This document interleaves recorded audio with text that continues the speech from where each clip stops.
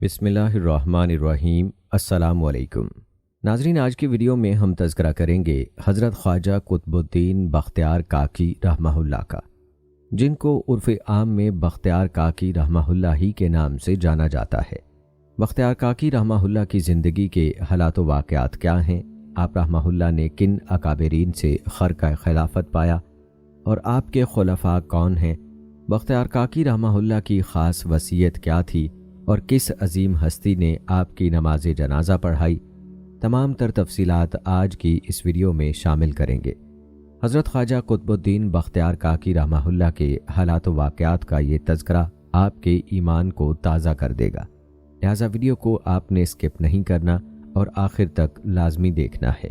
ناظرین، قطب الاقطاب حضرت خواجہ قطب الدین بختیار کاکی رحمہ اللہ کو یہ اعزاز حاصل ہے کہ آپ حضرت خواجہ غریب نواز سلطان الہند، خواجہ خواجگان خواجہ بزرگ ہند الولی، حضرت خواجہ معین الدین چشتی اجمیری کے جانشین، محبوب خلیفہ اکبر اور سجادہ نشین ہیں، اور حضرت خواجہ غریب نواز نے دہلی کی ولایت اور خلافت کا تاج آپ رحمہ اللہ کے سر پروقار پر رکھا تھا۔ حضرت قطب الدین بختیار کاکی رحمہ اللہ نے حضرت شیخ العالم شیخ کبیر اجودن کے درویش حضرت بابا فرید الدین مسعود گنج شکر کو خلافت عطا فرمائی، جبکہ حضرت بابا فرید الدین مسعود گنج شکر نے اپنے لاڈلے خلیفہ محبوب الہی سلطان المشائخ حضرت خواجہ نظام الدین اولیاء نئی دہلی کو خلافت سے سرفراز فرمایا۔ یوں سلسلہ چشتیہ کے یہ چار چاند اور سورج اجمیر شریف، دہلی اور پاک پتن شریف کو اپنی روحانی کرنوں سے منور کرتے رہے، اور تلاش حق کے متلاشی بندگان خدا صدیوں سے ان سے اور ان کے خلفاء سے فیضیاب ہو رہے ہیں۔ ناظرین، آپ کو بتاتے چلیں کہ حضرت بختیار کاکی رحمہ اللہ کو قطب الاقطاب کا لقب حضرت خواجہ غریب نواز رحمہ اللہ نے عطا فرمایا تھا۔ آپ 569 عیسوی میں پیدا ہوئے، جبکہ اس بارے میں دیگر تواریخ بھی ہیں۔ محض 1.5 سال کی عمر میں آپ یتیم ہو گئے، اور آپ کی تربیت آپ کی قابل فخر والدہ نے نہایت محنت سے ایک مقدس فریضہ سمجھتے ہوئے سر انجام دی۔ ناظرین، روایات بتاتی ہیں کہ حضرت بختیار کاکی رحمہ اللہ کے ولادت باسعادت سے قبل ہی آپ کی روحانی عظمت، بزرگی اور صالح ہونے کے آثار نمایاں ہونے لگے تھے، جس کا اظہار مختلف اشکال میں ہوتا۔ آپ کی قابل فخر والدہ محترمہ فرماتی ہیں، دوران حمل جب میں تہجد کی نماز پڑھنے کے لیے اٹھتی تو میرے شکم میں سے ذکر اللہ اللہ کی آواز سننے میں آتی، یہ آواز ایک ساتھ کے لیے رہتی۔ ناظرین، حضرت بختیار کاکی رحمہ اللہ کی رسم بسم اللہ خوانی کا واقعہ بھی بڑا عجیب ہے۔ پہل بچے بچیوں کی 4 سال 4 ماہ 4 دن ہونے پر باقاعدہ طور پر قرآن پاک پڑھانے کے لیے بسم اللہ خوانی کی تقاریب ہوا کرتی تھی، جن کا بہت اہتمام ہوتا تھا۔ جب آپ رحمہ اللہ کی عمر مبارک 4 سال 4 ماہ 4 دن ہوئی تو آپ رحمہ اللہ کی والدہ محترمہ نے اوش شہر میں آپ کی بسم اللہ کی تقریب منعقد کرنا چاہی۔ اس نے اتفاق سے ان دنوں حضرت خواجہ غریب نواز سلطان الہند خواجہ معین الدین چشتی اجمیری بھی اس شریف سے تشریف لائے ہوئے تھے۔ آپ رحمہ اللہ کی والدہ محترمہ نے حضرت خواجہ غریب نواز کو لخت جگر بختیار کاکی رحمہ اللہ کی بسم اللہ پڑھوانے کے لیے دعوت سعادت دی۔ حضرت خواجہ غریب نواز دعوت قبول کر کے تشریف لائے اور رسم بسم اللہ کی تقریب میں حضرت قطب صاحب کی تختی لکھنا چاہی، تو ایسے میں غیب سے ندا اور صدا آئی، اے خواجہ ابھی لکھنے میں توقف کرو، قاضی حمید الدین ناگوری آتا ہے، وہ ہمارے کتب کی تختی لکھے گا اور تعلیم دے گا۔ غیب کی صدا سن کر حضرت خواجہ معین الدین چشتی اجمیری رک گئے، اور اسی اثناء میں حکم ربی سے حضرت قاضی حمید الدین ناگوری تشریف لاتے ہیں، اور حضرت خواجہ غریب نواز نے تختی ان کے خدمت میں پیش کر دی۔ اب قاضی حمید الدین ناگوری نے 4.25 سالہ قطب صاحب سے دریافت فرمایا کہ بتاؤ تختی پر کیا لکھیں۔ اب آپ اس 4.25 سالہ ننھے قطب صاحب کا تاریخی جواب بھی سن لیں۔ سبحان اللہ ذی اسریٰ بعبدہ لیلا من المسجد الحرام۔ یہ سن کر حضرت قاضی حمید الدین ناگوری سخت مستعجب اور حیران ہوئے، اور آپ نے بے ساختہ فرمایا کہ میاں صاحبزادے، یہ تو 15ویں سپارے میں ہے، تم نے قرآن پاک کس سے پڑھا ہے؟ ناظرین، 4.25 سالہ بختیار کاکی رحمہ اللہ کا یہ جواب بھی ملاحظہ فرمائیں، بہت معصومیت سے گویا ہوئے۔ میری والدہ ماجدہ کو 15 سپارے یاد ہیں، وہ میں نے شکم مادر میں حق تعالیٰ کی تعلیم سے یاد کر لیے۔ یہ جواب سن کر حضرت قاضی حمید الدین ناگوری نے کتب صاحب کی تختی پر لکھا، سبحان الذی اسری بعبدہ لیلا من المسجد الحرام الی آخر سورہ۔ ناظرین، حضرت سلطان الہند جیسے استاد محترم اور حضرت بختیار کاکی رحمہ اللہ جیسے شاگرد کا کمال دیکھیں کہ حضرت خواجہ غریب نواز نے آپ کو محض 4 یوم میں قرآن پاک یاد کرا دیا۔ ناظرین، اکثر لوگ سوال کرتے ہیں کہ آپ رحمہ اللہ کے کاکی کہلانے کی وجہ کیا ہے، تو اس حوالے سے کئی روایات ہیں۔ کہا جاتا ہے کہ دہلی میں آپ رحمہ اللہ عبادت و ریاضت میں مصروف رہتے تھے، جس کی وجہ سے ظاہری دنیاوی اشیاء سے لاتعلقی اختیار کی۔ گھر میں فاقہ ہونے لگا تو آپ رحمہ اللہ کی اہلیہ نے آپ کے علم میں لائے بغیر پڑوسی بقال مشرف الدین کی اہلیہ سے ادھار لینا شروع کر دیا، جو بعد ازاں لوٹا دیتی۔ ایک دن بقال کی بیوی نے تانا دیا کہ اگر میں قرض نہ دوں تو گھر کیسے چلے؟ آپ رحمہ اللہ کی اہلیہ نے قرض لینا بند کیا۔ کتب صاحب کے علم میں بات آئی تو اہلیہ سے فرمایا کہ جب ضرورت ہو حجرے کی طاق سے بسم اللہ کہہ کر جتنی روٹیاں چاہو نکال لیا کرو۔ چنانچہ وہ ایسا ہی کرتیں۔ ایک روز انہوں نے بقال کی بیوی کو بتا دیا۔ اس دن سے کاک یعنی روٹیاں نکلنا بند ہو گئیں۔ یاد رہے کہ نان کو کاک بھی کہا جاتا ہے، اسی واقعے کی نسبت آپ رحمہ اللہ کو بختیار کاکی کہا جاتا ہے۔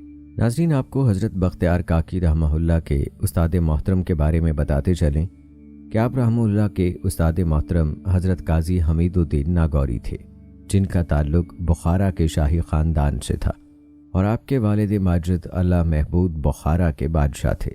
آپ کو قاضی حمید الدین ناگوری کا خطاب مدینہ منورہ میں بارگاہ رسالت صلی اللہ علیہ وآلہ وسلم سے عطا ہوا تھا۔